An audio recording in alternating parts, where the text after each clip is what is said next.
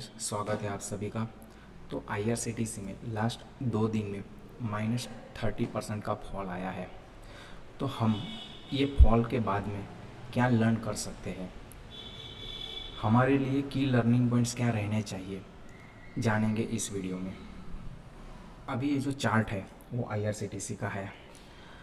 तो आप देखोगे तो ये चार्ट मतलब आप समझो 2000 से एक अप मूव में चल रहा है, समझ रहे हो। अभी देखो ये चलने के टाइम पे क्या है, रुक रुक के चल रहा था। देखो ये बॉक्स में कंसोलिडेशन किया, कंसोलिडेशन किया, कंसोलिडेशन किया और ये अप मूव चल रहा था। अब आपने आपका जो भी इंडिकेटर है, मूविंग एवरेज को आप फॉलो कर रहे हो, बॉलिंजर बैंड को फॉलो कर रहे हो, MACD को फॉलो कर रहे हो, या सिंपली सप्लाई डिमांड या कंसोलिडेशन के बेस पे आप एंट्री ले रहे हो, तो आपको जब भी आप एंट्री ले रहे हो तो आपको आपका जो रिस्क है वो मालूम होना चाहिए, आपको कब निकलना है उसमें से वो भी मालूम होना चाहिए। अभी देखो यहाँ पे एक एंट्री बन रही थी, यहाँ पे एंट्री बन रही थी, यहाँ पे एंट्री बन रही थी, और बाद में ये जो मूव बहुत ही एक्सटेंड हो जाता है तो जो फॉल आता है वो भी उतना ही पावरफुल आता है। अभी जो लोग यहाँ पे बैठे होंगे लास्ट मोमेंट पे, रिक्शा वाला ने बोला होगा, नहीं तो चाय वाले ने बोला होगा, सिक्योरिटी वाले ने बोला होगा कि ये तो 6,000, 8,000, 10,000, 20,000 तक भी जाने वाला है, तो ये लोग फंस जाएंगे, उसको निकलने के लिए भी मौका नहीं मिलेगा। समझ रहे हो ना। तो आपको आपका डिसीजन लेने की जो वजह है वो बिल्कुल मालूम होनी चाहिए। सो की लर्निंग फ्रॉम IRCTC फॉल, तो no random entries, rule based entry.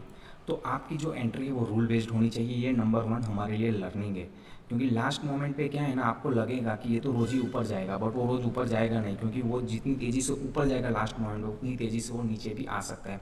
आपको आपका एग्जिट रूल्स भी मालूम होना चाहिए कि भाई मैं यहाँ पे एंट्री हुआ हूँ तो मैं इसमें से कब एग्जिट कर लूँगा।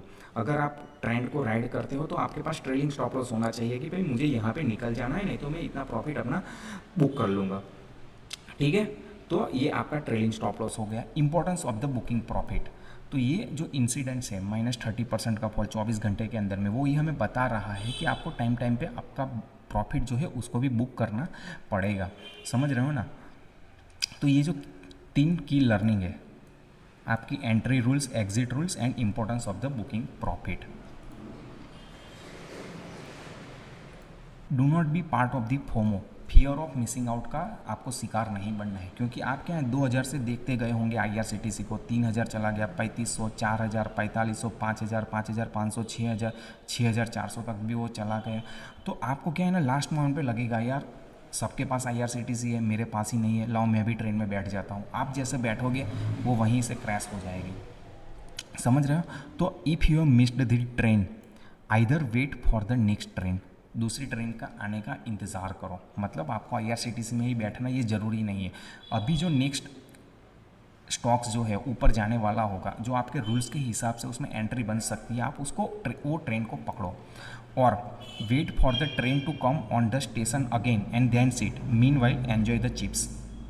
तो अगर आपका ये ट्रेन छूट गई है तो आपको क्या करना है, स्टेशन पे आने का उसका वेट करना है, जब तक वो स्टेशन पे आती नहीं है। मतलब अगर मान लो कि वो बहुत ऊपर चली गई तो उसको आने दो 20 डे मूविंग एवरेज पे, 50 डे मूविंग एवरेज पे, नहीं तो 100 डे मूविंग एवरेज पे। जब भी वो स्टेशन पे आती है तभी उसको ख़रीदना है और बाद में उसमें एंट्री हो जाना है। और ये बीच में जो है आपको चिप्स खाते रहना है, पोटैटो चिप्स लेके। तो ये देखो, जैसे ये एक मूविंग एवरेज को स्टॉक्स फॉलो करते जा रहा है, तो आपको जब भी वो स्टेशन के पास आएगा, ये मूविंग एवरेज के पास में आएगा, तभी उसमें बैठना है। उसके पहले आपको कहीं पे भी रैंडम एंट्री नहीं कर लेनी है। समझ में आ रहा है ना। आप रैंडम एंट्री करोगे तो फंस जाओगे। तो आपको उसके स्टेशन पे आने का वेट करना है और उसके बाद में ही उसमें एंट्री लेनी है। आशा करता हूँ आप लोगों को जो मैसेज कन्वे करना चाहता था वो हो गया होगा।